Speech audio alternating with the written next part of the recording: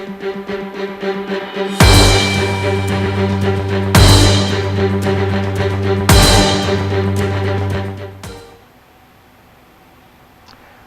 and welcome to another segment of DSU Inside Perspective. I'm Carlos Holmes, and this is the show where we talk with faculty, staff, students, alumni, or guests about some of the great things that are going on in the world, some of the not so great things that are going on in the world, and some of the great things that are going on at the Delaware State University. Today, once again, we have Dr. Chana Lee, who is the author of this book, For Freedom's Sake, The Life of Fannie Lou Hamer. And this is part 2, actually. And so, thank you so much for coming back. Okay. So we could talk further about the life of Fannie Lou Hamer and your work in this book.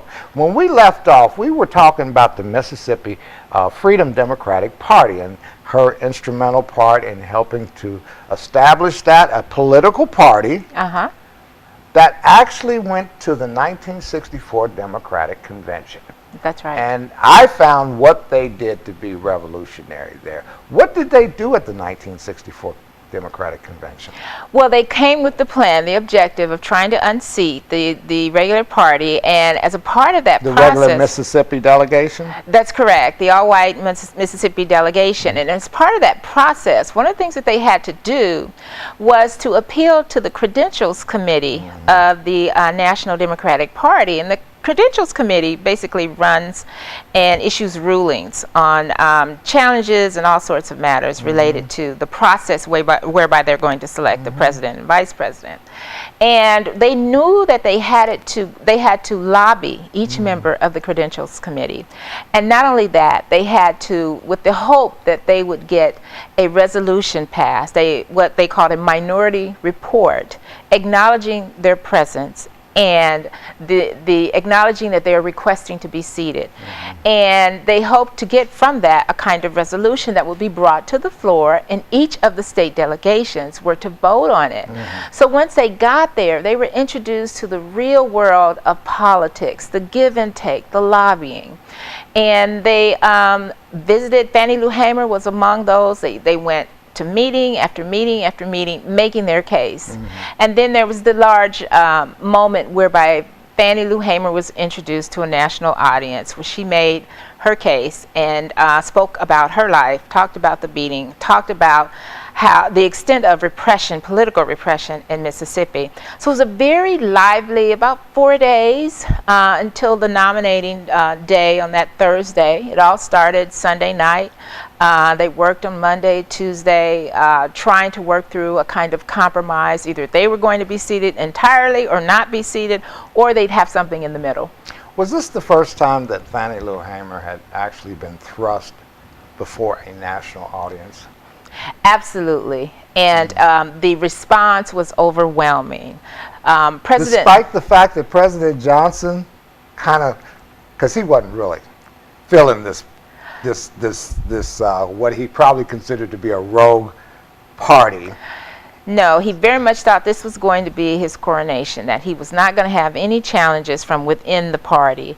And the idea that these, essentially these agricultural laborers from the state of Mississippi, these black folks, working class people, would come here and disrupt his party, so to speak, had him very, very nervous. And so in the middle of her testimony, he calls a press conference. And he makes the news turn away from her. Little did he know that the cameras kept rolling, and they would later play throughout the evening and the following day. But it seemed like he had a lock on the nomination. Why was he so threatened by this? This group wasn't challenging him, per se, were they? Well, he needed the South, and he needed the South to stay whole. And so that was very much his concern, not just because he was a Southerner, but they were, you know, essentially an important part of the national party. This was what really grabbed the national attention towards Fannie Lou Hamer, and she would continue on in the 1960s. They weren't successful at unseating. They were not. But she continued on, and she was now kind of the face of the movement in Mississippi and one of those prominent civil rights activists that were well known through the 60s. She had a husband. She did. Pap. And, you know, I remember reading in your book when she first decided to go try to register herself to vote, she asked his permission, you know, because she said that's the right thing to do. Yes, yes. And so all along the way, he apparently supported her in what she was doing and suffered the consequences of it in terms of losses of jobs because of her activity there in Mississippi. That was part of the harassment or the attempts to try to dissuade people from engaging in civil rights activity. But he continued to stay faithful to his wife, and from your book, stay supportive of his wife. What other role did he play in her activity? Well, the partnership itself was somewhat complicated. She needed, in a public way, through her discussions of her marriage before family, to give the appearance that he was, in a very conventional way, the man or the head of the household. And so she would tell us these times when she would, you know, ask him and his response. But once I interviewed him, it was clear that he was really sort of ambivalent. He wanted her to be able to do what she wanted to do, but I concluded that she was going to do whatever she wanted to do, and I think he understood that. But he was a good helpmate, but he took care of the children. I mean, he was really the one who took care of what home they could make, given her work. She was quite the adamant woman. I look at this picture right here. Ooh, man, she's making a point. That's right, that's right. She's making a point. Yeah.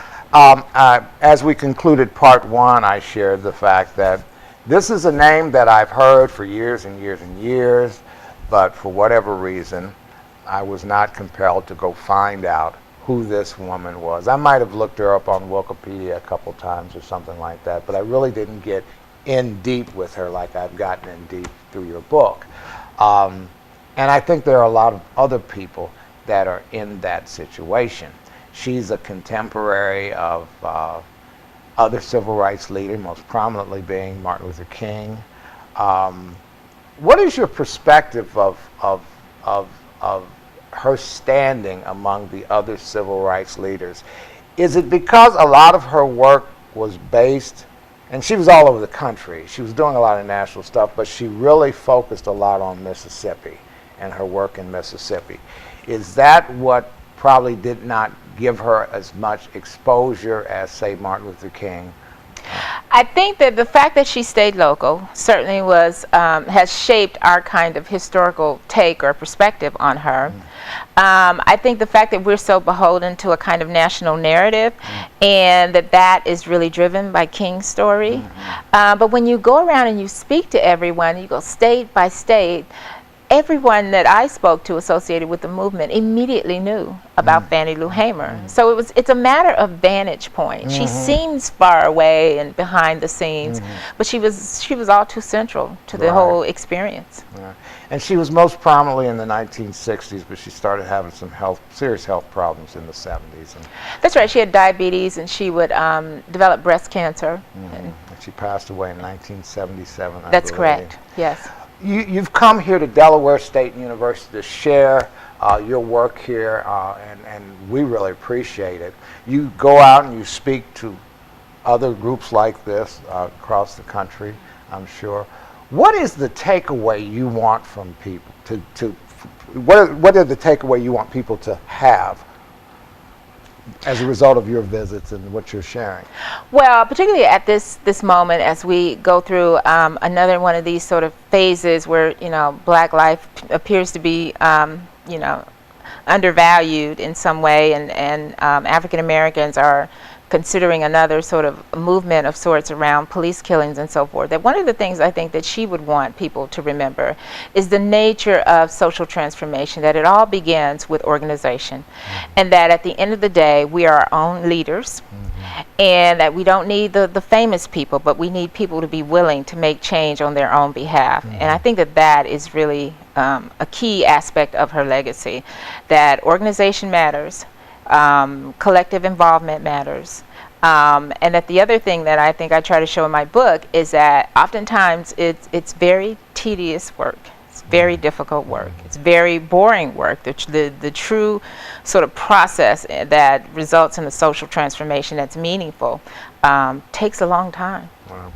Well, Dr. Chana Lee, I am so glad you came to Delaware State University to share with us, and I'm so glad you agreed to come on this show and share with us some more. I wish you the best of luck in your future endeavors, and come back and visit us again. Okay, thank you for having me. And we thank you for joining us for another episode of DSU Inside Perspective.